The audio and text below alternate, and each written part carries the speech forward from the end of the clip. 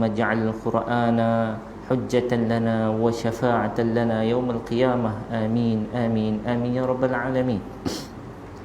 Tuan-tuan muslimin yang dirahmati Allah Subhanahu wa taala sekalian, alhamdulillah Allah berikan kesempatan kepada kita untuk meneruskan sambungan surah Yusuf yang menceritakan tentang kisah Nabi Yusuf alaihi salam. Baik tuan-tuan yang dirahmati Allah Subhanahu wa taala, hari itu kita sampai kepada ayat 67 kalau tak salah, ataupun sebelum tu, yang mana mereka pulang, iaitu abang-abang Yusuf alaihi salam, 10 beradik ni pulang membawa satu kiriman berupa permintaan daripada Perdana Menteri Mesir, iaitu Yusuf. Apa yang diminta? Diminta supaya datangkan seorang adik mereka yang last. Dia teringin nak tengok, supaya dia boleh tengok 11 beradik. Apa yang mereka akan dapat? Mereka akan dapat 11 kita katakan hari itu dia orang pergi 10 orang, maka mereka dapat, kita katakan 10 tanggungan unta, ataupun unta menanggung 10, kita kata apa ya, bekas belakang unta ni yang bawa barang ni kan, kira 10 lagis besar lah, setiap seorang satu lagis besar kan. Saya nak gambarkan pun tak pandai. So dia orang balik bawa 10 orang kata lagis yang besar, berisi apa tuan-tuan? Isi al-qamah, iaitu bijirin gandum, makanan asasi mereka. Tak ada makanan tak boleh, tak ada beras tak boleh. Macam kita tak ada beras tak boleh, ada orang tak boleh sehari tak makan beras ataupun tak makan nasi, dia rasa tak boleh hidup, no? Tak boleh tidur, ada orang macam tu. Baik, mereka balik membawa 10 benda yang mana mereka sebelum tu mereka tak check pun, yang pada pandangan mereka adakan sistem butter kan. Tetapi alangkah terkejutnya mereka, Yusuf telah mengarahkan orang-orangnya supaya barang dikembalikan dalam apa? Dalam keadaan mereka tidak sedar. Maksud dia, letak balik barang-barang mereka tu, baru letak gandum, cover barang-barang tu. Bila mereka sampai balik, patah balik dekat ayahanda mereka dekat Palestin, maka mereka dapati apabila mereka mestilah nak simpan benda tersebut, bila nak simpan gandum ni dalam bekas yang sepatutnya, dia tengok nampak rupanya apa yang mereka bawa itu tidak laku, seolah-olah begitu. Dipulangkan oleh Nabi Yusuf alaihi salam, menjadikan mereka rasa apa? Oi, Yusuf ni yang kata Perdana Menteri ni, mereka ni memang baik sungguh, sehingga kan seolah-olah bagi percuma. Kita ni bukan rakyat negara Mesir pun, kita ni pada Palestin, bagi percuma. Kemudian teringat pula kata-kata apa dia, kalau patah balik nanti, bawa 11 orang adik-beradik, campur seorang lagi, kamu akan dapat lebih, iaitu akan dapat 11 11 unta, maksudnya bawa lebih satu lagi kalau bawa seorang lagi. Maka mereka berjanji kepada Yusuf, abang-abang dia berjanji kepada Yusuf yang kita bincang sebelum ni. Mereka kata apa? Sanurawidu, kami akan minta sungguh-sungguh kepada ayahanda kami. Ayat mana ni? Ayat 61. Sanurawidu anhu abah, kami akan minta supaya ayah kami ni, abah kami ni, membenarkan adik kecil kami ni yang nama dia Bunyamin ni. Kami confirm lah, kami janji kami akan bawa dia semula. Ini janji kami. Nah, ini janji kami. Dan kita bincang itu, sanurawidu, minta bersungguh-sungguh ni, pujuk bersungguh-sungguh ni, digunakan oleh Allah Subhanahu wa taala juga dalam kisah yang sama. Kisah apa? Nabi Yusuf digoda oleh Zulaikha, menggunakan apa? Turawidu fataha. Zulaikha ni nak sungguh-sungguh kepada Nabi Yusuf. Baik. Maksud dia, mereka berjanji kepada Nabi Yusuf yang mereka tak tahu itu adalah adik mereka. Mereka kata apa? Itu mereka anggap sebagai Perdana Menteri lah. Mereka kata apa? Kami pasti akan buat balik, kami akan pujuk ayahanda kami untuk datangkan adik kami seperti mana yang Perdana Menteri tak. Baik. Tentu yang dirahmati Allah Subhanahu Wa Taala. Maka mereka balik. Kemudian mereka pun menyatakan apa yang dinyatakan oleh Yusuf. Maka ia adalah satu permintaan daripada seorang raja.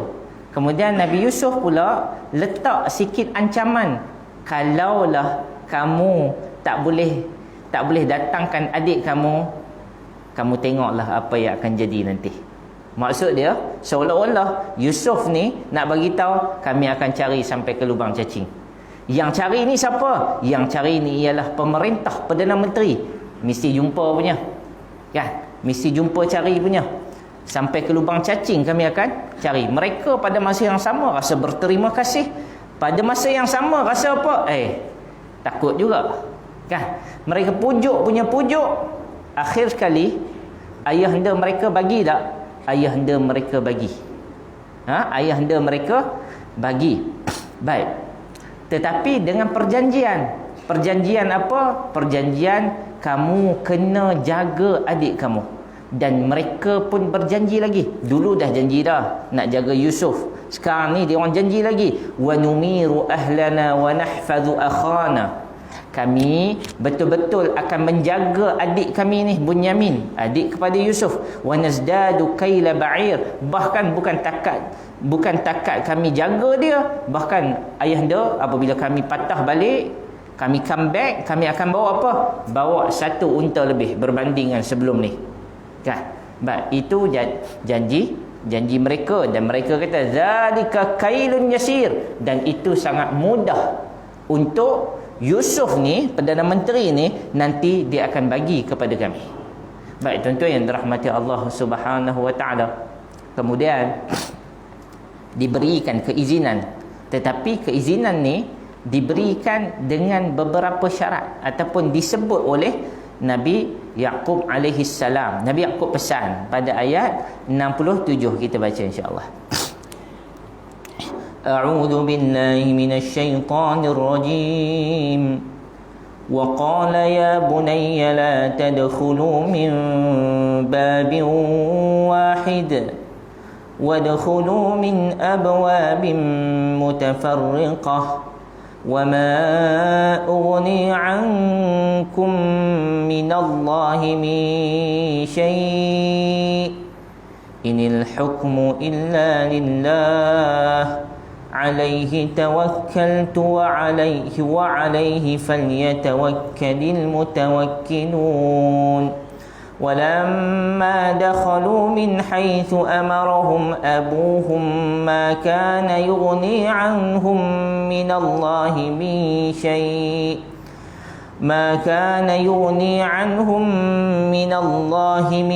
شيء إلا حاجة في نفس يعقوب قضاها وإنه لذو علم لما علمناه ولكن أكثر الناس لا يعلمون ولما دخلوا على يوسف آوى إليه أخاه قال إني أنا أخوك فلا تبتئس بما كانوا يعملون فلما جهزهم بجهازهم جعل السقاية في رحل أخيه ثم أذن مؤذن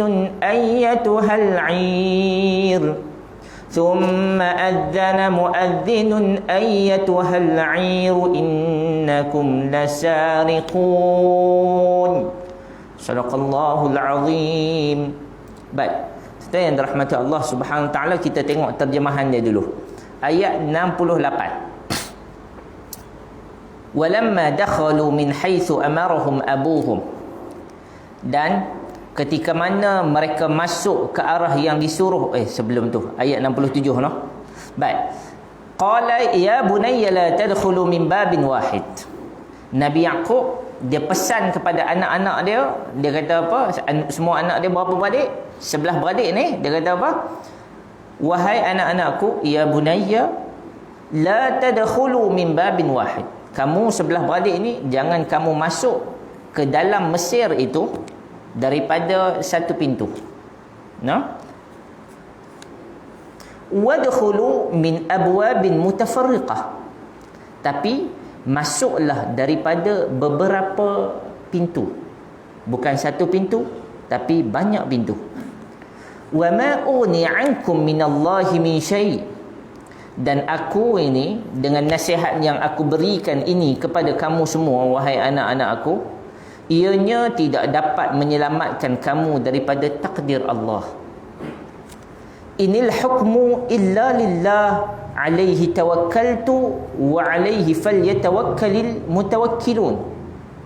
Kerana apa? Kamu ianya tidak, nasihat aku ni tidak dapat menyelamatkan apa-apa sekiranya Allah takdirkan sesuatu perkara itu yang telah ditetapkan oleh Allah, ia tetap akan berlaku, maka ia tetap berlaku. Kuasa Allah menetapkan sesuatu, iaitu sebab dan musabab itu hanyalah kepada Allah. Kepada Allah lah aku bertawakal, kata Nabi Yaqub, dan hanya kepada Allah dah aku bertawakal dan berserah diri. Baik. Itu ayat 67. Ayat 68. Walamma dakhalu min haitsu amarahum abuhum ma kana yughni anhum min Allah min syai'in illa hajatan fi nafsi Yaqub qadaha. Dan ketika mana mereka 11 beradik ni masuk mengikut arah yang disuruh oleh bapa mereka. Maksud dia, ayah mereka tak suruh masuk satu pintu, masuk banyak pintu. Mereka masuk ikut banyak pintu, bukan pada satu pintu sahaja. Tidaklah suruhan itu, tidaklah suruhan itu dapat menyelamatkan mereka daripada apa yang telah ditakdirkan oleh Allah sedikit pun. Tetapi yang demikian itu hanyalah melaksanakan hajat yang terpendam pada Nabi Yaqub. Ringkasnya, Nabi Yaqub dah bagi tahu buat sekian-sekian, masuk ikut pintu, jangan satu pintu tapi banyak pintu. Mereka cuba mengikut sebaiknya seperti mana yang disuruh oleh ayah mereka. Kita nampak sekali pandang ayat ni, anak-anak Nabi Yaqub ni baik tak? Baik, ikut cakap ayah dia. Mereka ikut cakap ayah mereka, masuk mengikut seperti mana yang ditetapkan oleh ayah mereka. Pun begitu, ayat ini Allah Subhanahu Wa Taala kata apa? Pun begitu, apa yang telah ditetapkan oleh Allah tetap akan berlaku.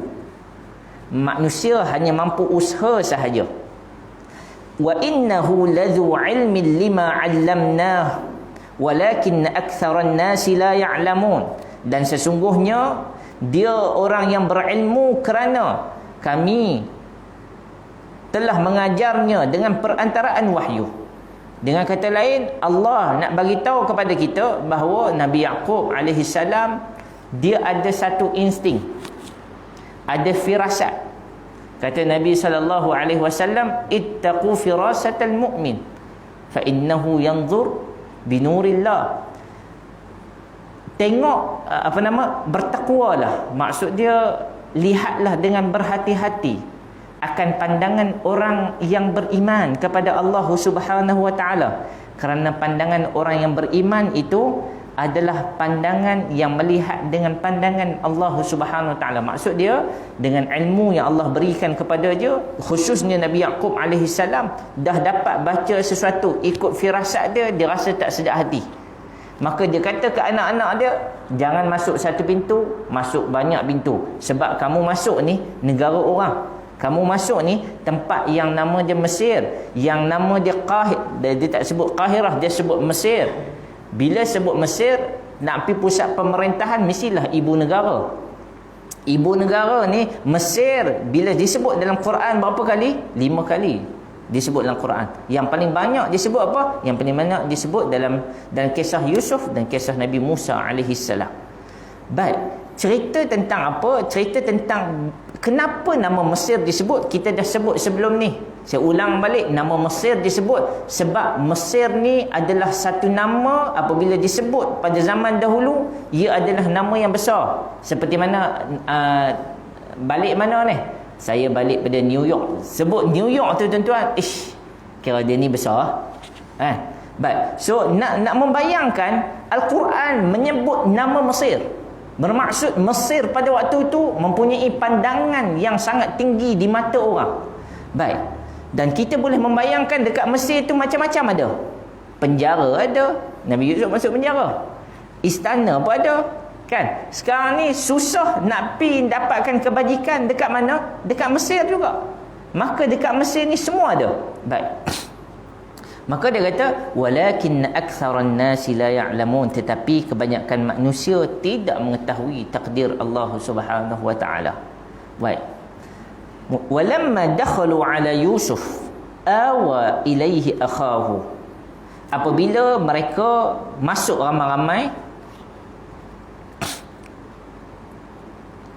kepada Yusuf, maksudnya mereka masuk jumpa direct dengan Nabi Yusuf alaihi salam, Perdana Menteri pada waktu tu. Awa ilaihi akhahu. Nabi Yusuf AS, dia ambil kesempatan, dia cakap dengan adik dia. Awa abahu. Awa ni dengan kata yang pertama membisikkan. Yang kedua, apabila dia berbicara orang lain tak dengar. Maksud dia sama ada dia berbisik. Yang kedua, sama ada dia bercakap di tempat yang orang lain tak nampak dua orang ni berbicara. Apa yang dicakapkan oleh Yusuf AS? Inni ana akhuka. Nabi Yusuf tengok saja sebelah beradik tu masuk. Nabi Yusuf nampak siapa tu? Nampak Bunyamin. Celah mana dia pergi jumpa Bunyamin, dia cakap dekat Bunyamin, dia kata apa?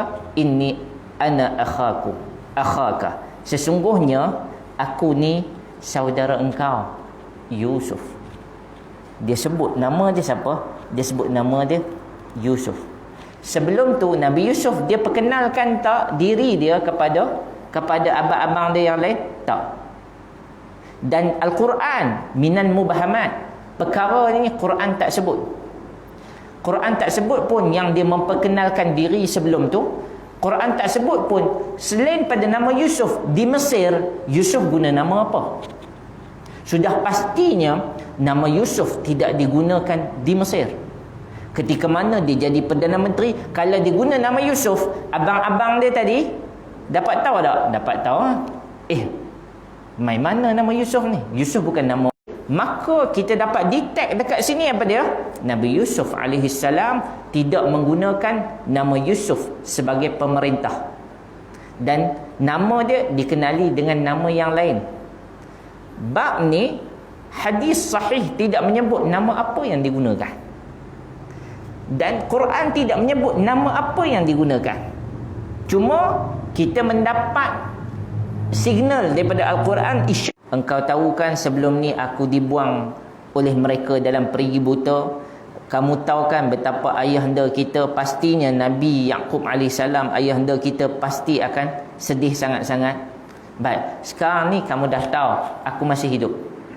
Sekarang ni kamu jangan berduka cita, kamu jangan sedih-sedih lagi. Kamu bersama dengan aku, kamu selamat. Baik, tentu yang dirahmati Allah Subhanahu wa taala sekalian. Baik, kita tengok sikit-sikit apa yang kita baca tadi sebelum kita pergi kepada ayat yang seterusnya. Apabila mereka sampai masuk apabila mereka masuk ke dalam negara Mesir, tidak dinyatakan negara Mesir ni ada berapa pintu, tak dinyatakan. Hanya dinyatakan apa? Masuk ikut banyak pintu. Persoalan yang timbul, pintu ni pintu apa? Pintu istana kah? Pintu kota Mesir kah? Ataupun pintu apa? Tidak dinyatakan dalam Al-Quran. Maka ini di antara perkara yang mubhamat. Cuma kita boleh apa? Kita boleh meneka. Maksudnya teka ni boleh tak tuan-tuan? Teka ni boleh. Cumanya boleh kata confirm tak? Tak confirm. Cuma kita boleh meneka bahawa Nabi Yaqub alaihissalam membayangkan kepada kita, yang pertama, Nabi Yaqub terganggu emosi dia. Dia nak lepaskan anak dia yang seorang ni, dia lepaskan 10 orang anak sebelum tu tak ada masalah. Tapi nak lepaskan Bunyamin ni, dia rasa risau sangat. Kerisauan dia menyebabkan dia meletakkan syarat. Sebelum tu anak-anak dia tak letak syarat apa pun. Quran tak ada cerita apa pun. Kali ni dia meletakkan syarat. Nak jaga betul-betul anak dia. Dan dia betul-betul bertakwakal kepada Allah Subhanahu Wa Taala, sebab dia merasakan negara Mesir ni adalah negara yang penuh dengan pancaroba. So dia tak tahu apa yang ada dekat sana. Dan dia dapat merasakan apa, tuan-tuan? Rasa, tuan-tuan, kalau tuan-tuan lepas anak tuan-tuan ada anak perempuan, kan? Lepas nak pi mana-mana, tuan-tuan rasa rasa tak sedap hati. Adalah tu. Kita panggil insting, kan? Adalah tu. So begitu juga yang dirasakan oleh Nabi Yaqub alaihi salam. Nabi ni adalah nabi. Allah Subhanahu Wa Taala bagi kepada dia ilmu yang tidak diberikan kepada orang lain. Nabi Yaqub ni dah dapat baca dah, pasti ada sesuatu. Tapi at least kita kena usaha. Usaha ni macam mana? Cuba untuk masuk. Kalaulah jadi apa-apa, mereka jadi kena serang ke apa ke, mereka masuk melalui jalan yang pelbagai, mereka tahu nanti nak keluar ikut jalan mana yang terbaik sekiranya berlaku macam tu. Maka itu yang diagakkan oleh Nabi Yaqub alaihi salam. Maka mereka ni masuk melalui pintu yang banyak-banyak, tidak disebut pintu kota ke, pintu istana ke. Cuma last sekali mereka berjumpa sekaligus dengan Nabi Yusuf alaihi salam. Baik. Bila berjumpa dengan Nabi Yusuf alaihi salam,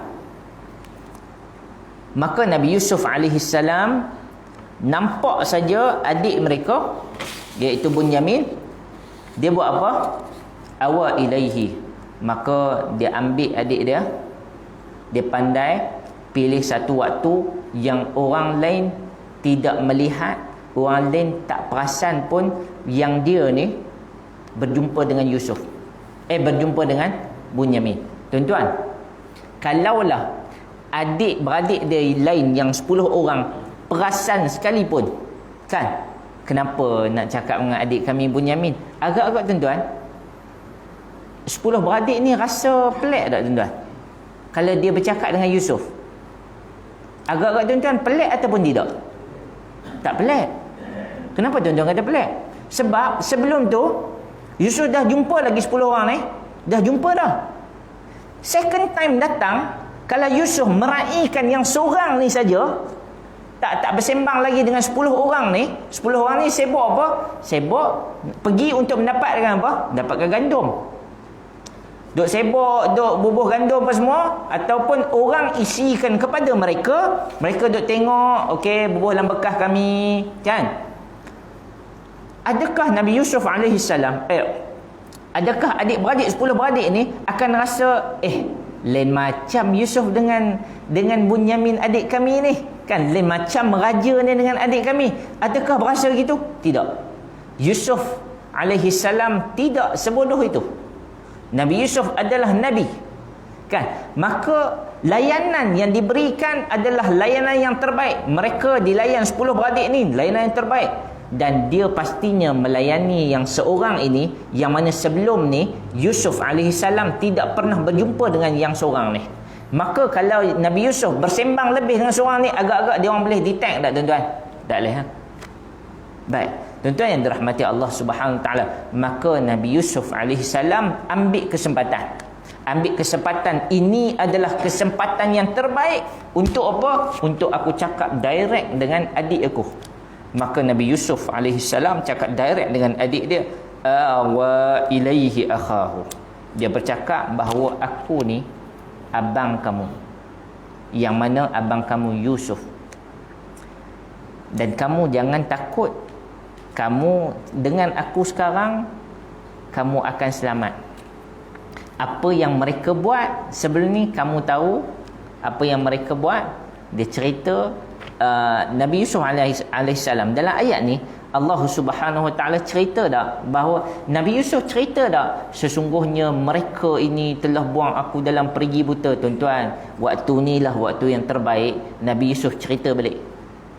Maka waktu ni lah, walaupun Quran tak sebut, tapi bagaimana Nabi Yusuf nak convince, nak meyakinkan adik dia ni Bunyamin bahawa dia adalah Yusuf?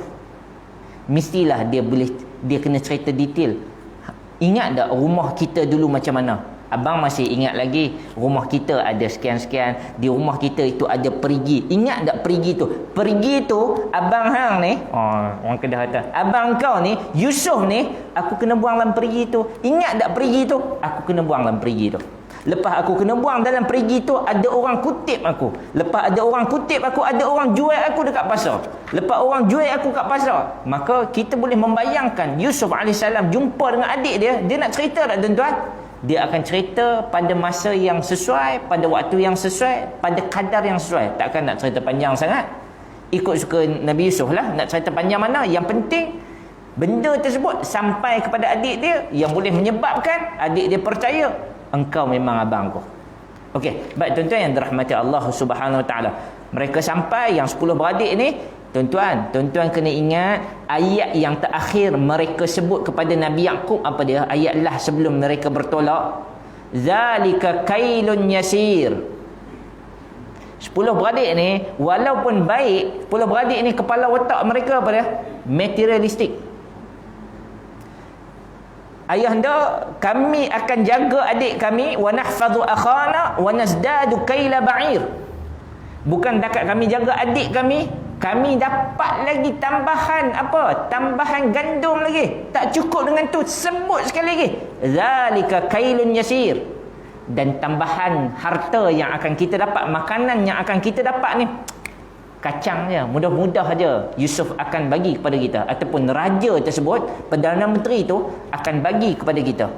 Apa yang adik-beradik dia nampak? Materialistik. Nampak apa yang akan mereka dapat dari sudut harta, dari sudut makan.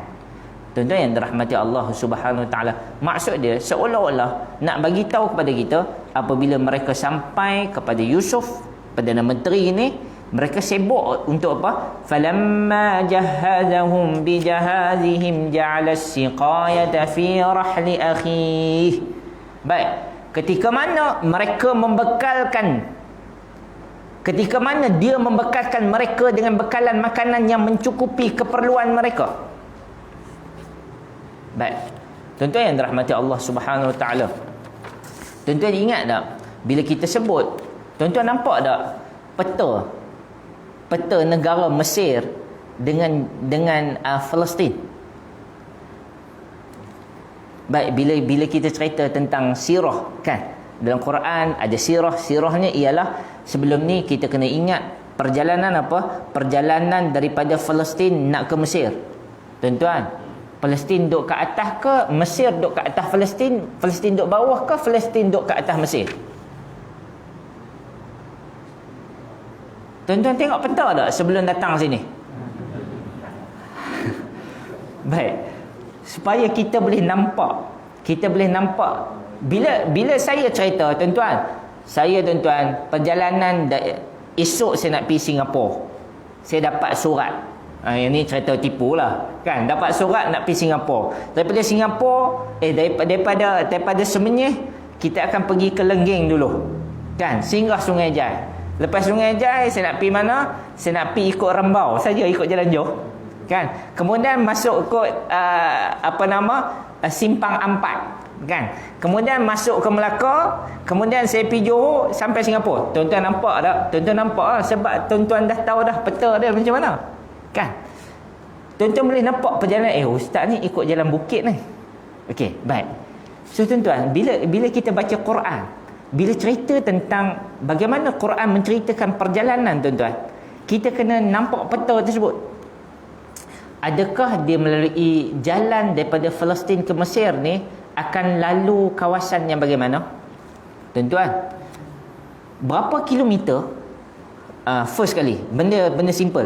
Berapa kilometer daripada Palestin? Senang cerita, kita ambil Jerusalem kan. Daripada Palestin ni nak ke mana tuan-tuan? Nak ke Kahirah, nak ke Kairo. Tuan-tuan, 750 km. 750 km kalau drive non-stop agak-agak berapa jam? 9 jam. Yang tu tak termasuk dekat border ke. Border mesti lambatnya tuan-tuan. Saya ingat saya pergi buat umrah pertama kali pada tahun 2003. Naik bah. Daripada mana tuan? Daripada Jordan pergi ke Saudi. Tuan-tuan berapa jam? 28 jam naik bah. Bah waktu tu saya waktu tu tuan-tuan umur 19 tahun. Kan?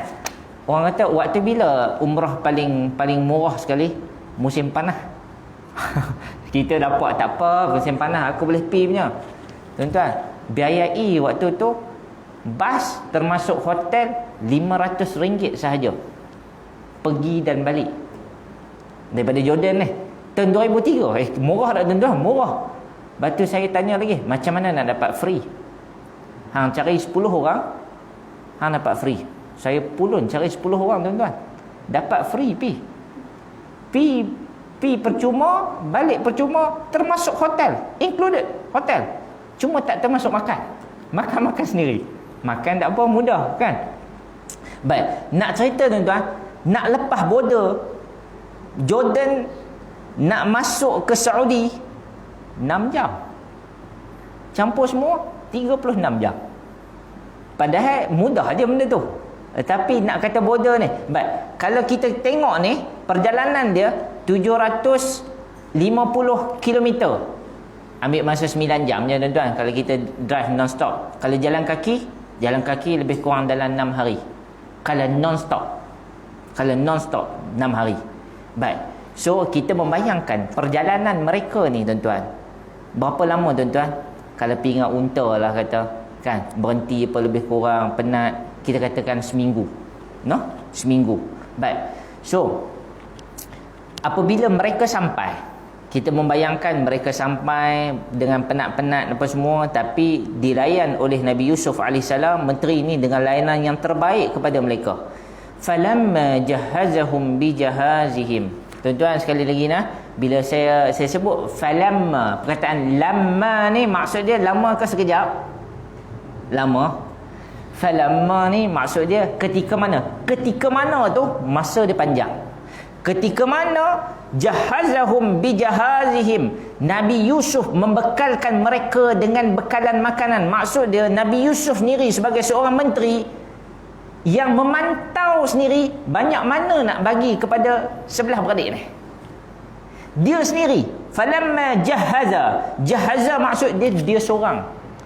Bijahazihim, memberikan keperluan kepada mereka.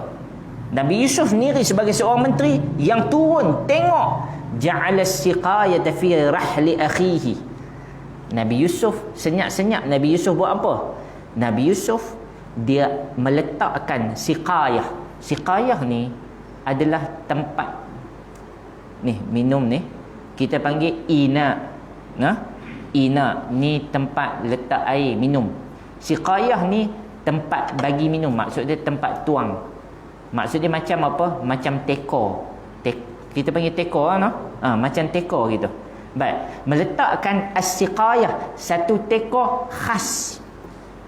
Satu teko yang khas fi rahli akhi. Dia sebut rahli akhi ni maksud dia apa dia? Kita membayangkan mereka bawa kuda ataupun bawa unta, dekat unta ni ada tempat buh barang kat belakang. Yang tu kita panggil rahal. Tempat buh unta tu. Apa yang Nabi Yusuf buat? Nabi Yusuf meletakkan tempat cebok air tu, teko tu dekat mana? Dekat gandum. Dia sembunyikan dalam gandum. Siapa yang letak tuan-tuan? Nabi Yusuf sendiri yang letak. Letak dekat siapa? Letak dekat kenderaan. Sebab mereka bawa berapa kenderaan tuan-tuan? 11, seorang satu. Masing-masing yang ni punya, ni punya. Ini adalah kenderaan siapa? Bunyamin punya. Apa yang Nabi Yusuf buat? Dia senyap-senyap, dia letak teko ni dalam kenderaan Bunyamin yang tersembunyi dalam apa? Yang tersembunyi dalam qamah, dalam gandum tadi. Baik. summa azzana muazzinun, kemudian berkata, tuan-tuan kalau tengok ayat ni, ayat 70 dia kata apa? Azzana muazzin. Muazzin ni maksud dia apa dia? Tukang azan. Tukang azan ni maksud dia orang yang orang Kedah kata kelui. Kita kata apa? Orang yang macam mana tukang pemberitahu raja ni panggil apa? Speaker lah. Speaker kepada raja. Speaker kepada Perdana Menteri. Maksud dia ni kata apa? Adzana muadzinun. Salah seorang daripada orang kanan Yusuf alaihi salam, dia buat apa? Dia menghebohkan. Azan kan maksud dia nak hebahkan. Dia menghebahkan apa? Dia menghebahkan satu berita. Ayyatuhal 'ir innakum lasariqun. Ayyatuhal 'ir innakum lasariqun. Dia buat announcement, dia kata apa? Wahai kafilah yang sebelah ni, sesungguhnya kamu ni, di kalangan kamu ada pencuri. Baik, kita baca sikit lagi. Boleh ya? Qalu wa aqbalu alaihim madza tafqidun. Mereka sebelah beradik ni, termasuk Bunyamin, tanya. Mereka tanya apa? Wa aqbalu alaihim madza tafqidun. Mereka pergi ramai-ramai pergi dekat orang yang tukang penyeru tadi, yang buat announcement tadi, apa benda yang hilang? Pergi tanya dia. Ma tafqidun, madza tafqidun? Apa yang benda yang hilang ni? Yang kamu duk kata ni, kami ni pencuri. Kami curi apa? Baik. Kami datang jauh-jauh ni bukan nak main curi. Kami datang jauh-jauh ni nak apa? Nak ambil gandum je. Qalu nafqidu suwa'al malik waliman jaa bihi himlu ba'irin wa ana bihi za'im. Baik, ayat 72 kita berhenti dekat situ. Ayat 72, mereka kata apa? Mereka kata nafqidu suwa'al malik, sesungguhnya kami kehilangan alat cupak diraja yang duduk yang duk cebok, kita panggil apa, yang duk sukat nak bagi gandum tu, alat tu hilang. Kembali kepada ayat tadi, siqayah. As-siqayah tu apa dia? Teko khas. Ada perkataan alif lam, maksud teko tu khas, digunakan untuk apa? Rupanya teko tu digunakan untuk sukat. Satu teko, satu sukatan. Dua teko, dua sukatan. Rupanya teko tu apa dia? Ayat 72 memberitahu kepada kita, teko tu mereka panggil dengan panggilan apa? Suwa'ul malik. Suwa'ul malik ialah apa? Cupak yang digunakan oleh raja. Dengan kata lain, teko tu hak milik siapa? Bukan hak milik Yusuf alaihi salam, tetapi hak milik kepada Sultan Yusuf, iaitu raja kepada Yusuf. Tuan-tuan, sebelum ni kita dah kata, lepas ni dah tak ada dah cerita tentang apa? Cerita tentang raja. Cerita tentang raja tak ada dah. Cerita pasal apa? Teko raja. Teko raja ni siapa yang pegang, tuan-tuan? Yusuf.